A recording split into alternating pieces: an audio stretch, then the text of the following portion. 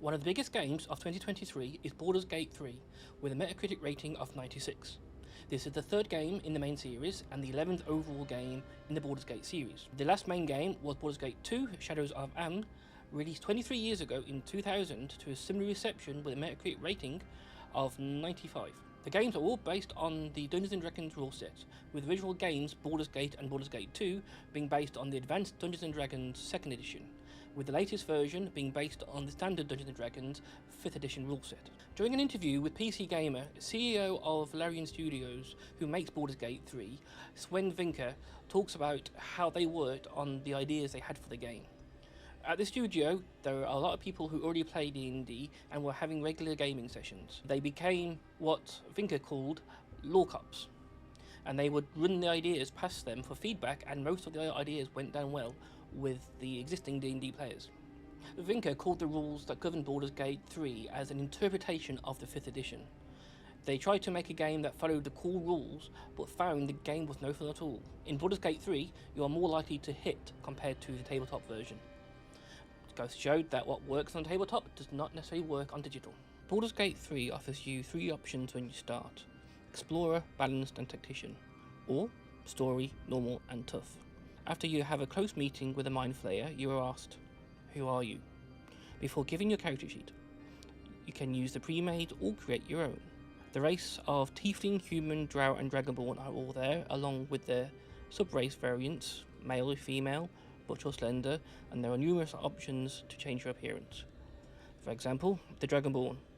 Pick a face, crest, chin to make your own face, and for the less reptilian species, the hair is also a choice. And most elements can have the colour changed. Tattoos and jewelries are also available on most races, and tails for others. Being a charismatic warlock or a dexterous ranger are in a class of their own. A wise druid or the strength of a fighter are all there, with cantrip spells and abilities of your choosing. Name your character, create a guardian, and venture forth. Now there be dragons, and you wake in what could be counted as a dungeon. A hint I found out later was to press Alt to see some items that you can interact with. Not all, but some, like bags, backpacks and corpses. Barrels and boxes don't normally show up. Meet some of your party members as you venture to the end, and loot as you go. Then the adventure begins.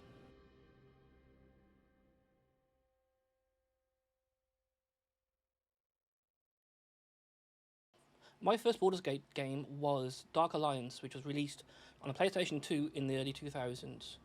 This led me on to playing the Neverwinter Night games on PC, both the original and the sequel. They are both based on Dungeons & Dragons Forgotten Realm campaign settings. According to the Forgotten Realms interactive map by Mike Chile, the cities of Neverwinter and Baldur's Gate are 881 miles apart on the coast of the Sea of Swords, and it will take you just over 12 days to fly by dragon, or 37 days if you walked it. The game has barely been out a month and has already mustered 1,317 mods on the Nexus Mod website. And for some vague context, The Sims 4, which was released in 2014, only has 1,097.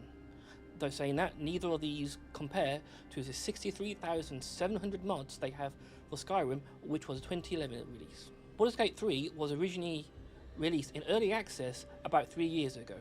At the time, it was on early release on the now defunct platform Google Stadia. The 23-year wait for Baldur's Gate sequel has been well worth it, with a very well polished game with a lot to do in it.